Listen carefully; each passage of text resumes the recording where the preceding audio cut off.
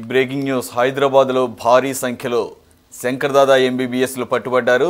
IDPL, Chintal, Shahpur నగర్లో తెలంగాణ వైద్య మండలి అధికారులు దాడులు నిర్వహించారు. ఎలాంటి అనుమతులు లేకుండా హాస్పిటల్స్ని ఏర్పాటు చేసి పేషెంట్లకు వైద్యం చేస్తున్నటువంటి క్లినిక్లను గుర్తించేసి ఇచ్చేశారు.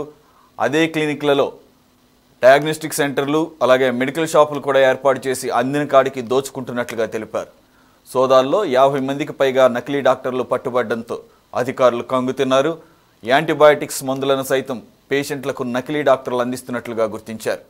పట్టుబడిన డాక్టర్లపై కేసులు నమోదు చేసినట్లు వైద్య శాఖ అధికారులు తెలిపారు.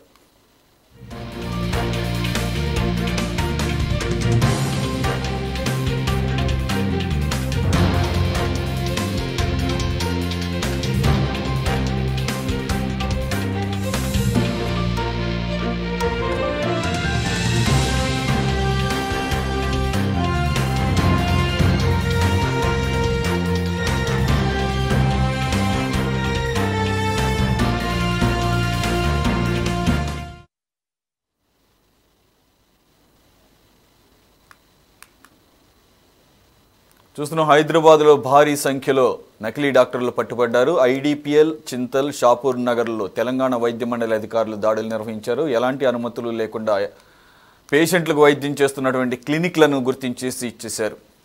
కంప్లీట్ డీటెయిల్స్ మా కరెస్పాండెంట్ భవానీ అందిస్తారు. భవానీ, చాలా ఆందోళన కలిగించే అంశం, వీళ్ళు ఎన్నాళ్లుగా క్లినిక్స్ నడుపుతున్నారు, అలాగే ఏ వ్యాపారం చేయాలన్నా ఎటువంటి ఇండస్ట్రీ పెట్టాలన్నా పర్మిషన్స్ కంపల్సరీ. మరి వీళ్ళు పర్మిషన్ లేకుండా అసలు ఏ విధంగా క్లినిక్ సెటప్ చేశారు, మరి ఇన్నాళ్ళు వీళ్ళు చేసినటువంటి ఎవరెవరికి వైద్యం చేశారో వాళ్ళ పరిస్థితి ఏంటి, అలాగే వీరు ఓన్లీ ప్రిస్క్రిప్షన్ వరకే చేస్తున్నారా లేదంటే ఇంకాస్త సీరియస్ మెడికేషన్ కూడా ఇవ్వడం ఏమైనా జరుగుతుందా? Complete details please. Good evening and thank you Suresh. ముఖ్యంగా చూసినట్లయితే ఫేక్ అనే ఒక పేరు దేశవ్యాప్తంగా అలాగే ప్రపంచవ్యాప్తంగా కూడా చాలా నంబర్ 1 పొజిషన్ లో ఉందనే చెప్పాలి. ముఖ్యంగా చూసినట్లయితే తెలంగాణలో కొన్ని ప్రాంతాల్లోనే తెలంగాణ వైద్య మండలి మెరుపు దాడులు ఏకకాలంగా నిర్వహించినటువంటి నేపథ్యంలో హైదరాబాద్ మేడ్చల్ పరిధిలోనే 50కి పైగా నకిలీ వైద్యులు ఉన్నారంటే ఇక హైదరాబాద్ జిహెచ్ఎంసీ పరిధిలో ఎంతమంది ఉంటారని ఒక క్వశ్చన్ మార్క్, హైదరాబాద్ పరిధిలో ఒక క్వశ్చన్ మార్క్, అలాగే ఇక స్టేట్స్ డిస్ట్రిక్ట్స్ వైజ్ గా తెలుగు స్టేట్స్ ఇట్లా చూస్తే చాలా మంది కూడా నకిలీ డాక్టర్లు అనేది ముఖ్యంగా తెరపైకి అయితే వస్తున్నటువంటి పరిస్థితి కనిపిస్తుంది.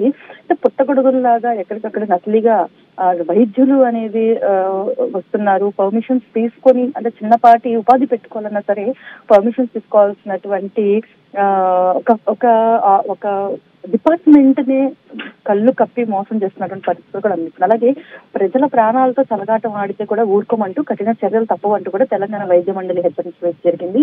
హైదరాబాద్ మేడ్చల్ పరిసర ప్రాంతాల్లో కొన్ని క్లినిక్లపై అయితే నిలుపుదాడి చేసింది. అదేవిధంగా ఐడిపిఎల్, చింతల్, షాపూర్ నగర్ లో కూడా అధికారులు ఏకకాలంగా దాడులు నిర్వహించారు. ఈ దాడుల్లో అంటే ముఖ్యంగా ఎలాంటి అనుమతులు లేకుండా పేషెంట్లకు యాంటీబయాటిక్స్ మెడిసిన్స్ సైతం వారు ఇచ్చి ట్రీట్మెంట్ చేస్తున్నట్టు, ఇంకా కొంతమందికి అంటే సూచర్స్ కుట్లు కూడా వేస్తున్నట్లు, అదే క్లినిక్ లో డయాగ్నోస్టిక్ సెంటర్స్, మెడికల్ షాప్స్ కూడా ఉండడం అంటే అందిన కాడికి కూడా దోచుకుంటున్నటువంటి పరిస్థితి అయితే కనిపిస్తుంది. సోదాల్లో దాదాపు 50 మంది నకిలీ వైద్యులు అయితే పట్టుబడడంతో ముఖ్యంగా అధికారులే కంగుతున్నారు. ఎందుకంటే వైద్యో నారాయణ హరి అంటారు, వైద్యుడు ఒక ప్రాణం పోస్తారు. ఈ నకిలీ డాక్టర్లు వచ్చి రాని వైద్యాలతో ప్రజల ప్రాణాలు అయితే తీస్తున్నటువంటి పరిస్థితి కూడా కనిపిస్తుంది. అదే విధంగా మరి కొంతమంది పరిస్థితి సీరియస్ గా కూడా ఉండొచ్చు. ఎందుకంటే నకిలీ డాక్టర్స్ అనే ఈ వార్త తెరపైకి వచ్చిందంటే ఎవరో ఎక్కడో ఖచ్చితంగా ఎఫెక్ట్ అయ్యే ఉండుండొచ్చు. తెలుసుకున్నటువంటి పక్కా సమాచారం తెలుసుకున్నటువంటి వైద్య మండలి అధికారులు అయితే రంగంలోకి దిగి దాడులు కూడా చేసినటువంటి పరిస్థితి అయితే కనిపిస్తుంది. ఒక 50 మంది పైగా నకిలీ డాక్టర్ని పట్టుపడి ఆ హాస్పిటల్స్ కూడా సీజ్ అయితే చేయడం జరిగింది. యాంటీబయాటిక్ అంటే నార్మల్ గా ఎవరు కూడా త్వరగా అంటే చిన్నపాటి జ్వరం వచ్చినా సరే దానికి సంబంధించినటువంటి ఒక మెడిసిన్ నే తీసుకుంటారు. అయితే వీరు ప్రతిదానికి కూడా యాంటీబయాటిక్స్ ఇవ్వడము, అలాగే ఫస్ట్ ఎయిడ్ చేయాల్సిన దగ్గర అసలు వారికి ఒక పెద్ద ఆపరేషన్ చేస్తున్నట్టు సూచర్స్ వేయడము, ఇలా అంటే అందరి కాడికి దోచుకునే ప్రయత్నంలో ప్రజల యొక్క ప్రాణాలతో చెలగాటం ఆడుతున్నారు. సో ఈ అంశంపై తాజాగా ముఖ్యంగా వైద్య మండలి అయితే స్పందించింది. అయితే ప్రజలు ఒకటే కోరుకుంటున్నారు, ఇక రాష్ట్ర వ్యాప్తంగా, జిల్లాల వ్యాప్తంగా, నియోజకవర్గాల వ్యాప్తంగా కూడా ఎంతో మంది నకిలీ వైద్యులు ఉండే ఉంటారు. ఒక నిఘాని పెట్టి ప్రజల ప్రాణాలని కాపాడాలి అంటూ కూడా మొత్తుకుంటున్నటువంటి పరిస్థితి కూడా కనిపిస్తుంది. సో ఓవరాల్ గా ఒక్కసారిగా ప్రజల ప్రాణాలతో చెలగాటం ఆడుతూ ఉన్నటువంటి నకిలీ వైద్యుల వార్త తెరపైకి రావడంతో ఇక భయభ్రాంతులకు గురవుతున్నారు. ఇప్పటికే వైద్యారోగ్య శాఖ కూడా కొన్ని సూచనలు ఇవ్వడం జరిగింది. ఏదన్నా అనారోగ్య పరిస్థితి అయితే దగ్గరలో ఉన్నటువంటి ముఖ్యంగా పెద్ద హాస్పిటల్స్ కే వెళ్ళాలి, లేదంటే దగ్గరలో ఉన్నటువంటి ఆర్ఎంపీస్ వద్దకు ఎమర్జెన్సీ ట్రీట్మెంట్ కి పరిమితంగానే ఓన్లీ ఆర్ఎంపీ డాక్టర్ వద్దకు వెళ్ళాలి. ఇంకా ప్రాణానికి ప్రమాదం అనిపించినా, లేదంటే వారి అనారోగ్య సమస్య ఇంకా ఎక్కువగా ఉండి బాధ పెట్టినా సరే ఆర్ఎంపీస్ వద్ద ట్రీట్మెంట్ తీసుకోవద్దు. జస్ట్ ప్రైమరీ టెంపరీ ట్రీట్మెంట్ కోసమే ఆర్ఎంపీస్ దగ్గరికి వెళ్ళాలి అంటూ వైద్యారోగ్య శాఖ ఎన్నిసార్లు చెప్పినప్పటికీ ప్రజల్లో ఈ మార్పు రాకపోవడంతో తామే ఈ విధంగా బలవుతూ వస్తున్నటువంటి పరిస్థితి అయితే కనిపిస్తుంది సురేష్. ఇకపోతే భవానీ, ఇప్పుడు ఉన్న ఇంటర్నెట్ యుగంలో అంతా కూడా ఆన్లైన్ చేస్తున్నటువంటి క్రమంలో ఈ ఏదైతే మెడికల్ అసోసియేషన్స్ ఉంటాయో, వైద్య మండలి, వీరు ఎవరెవరైతే డాక్టర్స్ ఉంటారో వాళ్ళ ప్రొఫైల్స్ని ఆన్లైన్లో కనుక ఉంచితే ఖచ్చితంగా ఒకవేళ ఎవరిదైనా ప్రొఫైల్ చెక్ చేసుకోవాలంటే ఆ పర్టికులర్ సైట్కి వెళ్ళి అతను క్వాలిఫైడ్ డాక్టరా కాదా, అతను అసలు క్వాలిఫికేషన్స్ ఏంటని చెక్ చేసుకునే అవకాశం ఉంటుంది కదా. ఆ రకమైన ఫెసిలిటీస్ గురించి ఏమన్నా ఆ దిశగా ఏమన్నా స్టెప్స్ పడే అవకాశం ఉందా? మొదటి నుంచి కూడా సురేష్,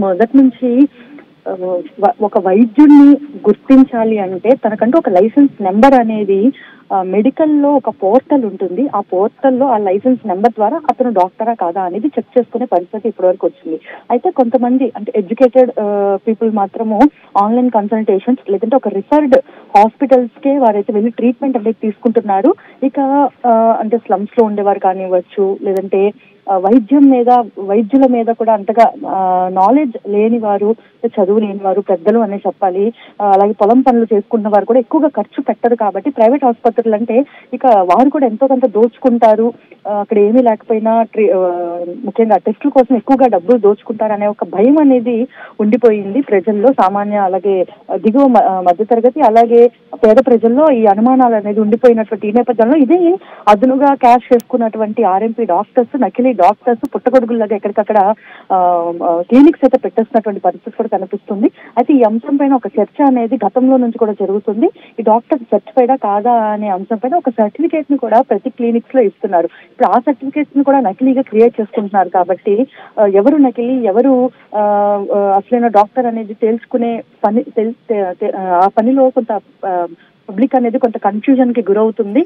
సో ఈ అంశం పైన ఇంకొంత పూర్తి స్థాయిలో వైద్య ఆరోగ్య శాఖ మండలి కానివ్వచ్చు, అలాగే ప్రభుత్వాలు కానివ్వచ్చు, ఈ అంశం పైన పూర్తిగా ఒక స్టడీ చేసి ఎక్కడైతే నకిలీ డాక్టర్లు ఉన్నారో వీరిని అరికట్టేందుకు ప్రయత్నాలు అయితే ఇంకా జరుగుతున్నప్పటికీ సో అది పూర్తి స్థాయిలో అమలు చేయడం లేదు. బట్ ఓవరాల్ గా చూసినట్లయితే ఆర్ఎంపీ డాక్టర్ కానివచ్చు, పక్కనే ఉన్నటువంటి చిన్న చిన్న క్లినిక్స్ కి కానివచ్చు, ప్రాణాల మీదకి వచ్చిన లేదంటే ఏదైనా ఎమర్జెన్సీ మెడికేషన్ కోసమే దగ్గరలో ఉన్నటువంటి ప్రాథమిక చికిత్స కోసమే ఆసుపత్రికి వెళ్ళాలి. అంతకన్నా ఎక్కువగా జ్వరం 2 రోజుల పాటు బాధిస్తున్నా సరే, జలుబు కానివచ్చు, దగ్గు అనేసి చిన్న చిన్న కాంప్లికేషన్స్ ఉన్నా సరే ఖచ్చితంగా ప్రైవేట్ గుర్తింపు ఉన్నటువంటి NABH ఉన్నటువంటి సర్టిఫైడ్ ఉన్నటువంటి హాస్పిటల్స్ కే వెళ్ళాలి అంటూ వైద్య ఆరోగ్య శాఖ ముఖ్యంగా పబ్లిసిటీ చేయడంలో, ప్రజల్లోకి వెళ్ళి పబ్లిసిటీ చేయడంలో అయితే కొంత విఫలం అవుతున్నటువంటి ఈ నేపథ్యంలోనే పుట్టగొడుగుల్లాగా నకిలీ డాక్టర్లు, డయాగ్నోస్టిక్స్ అలాగే మెడికల్ సెంటర్స్ పెట్టి మరి ప్రజల ప్రాణాలతో చెలగాటాలు వాడుతున్నారు.